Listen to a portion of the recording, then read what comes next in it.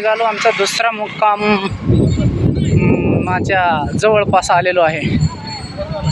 परिटवाडी विठ्ठलनगरमधून निघलेली दिंडी आणि या दिंडीचं मार्ग आता उमरड मार्गे पोपळज येथे मुक्कामाला आहे आणि त्यांची सर्वांची शूटिंग आता होत आहे.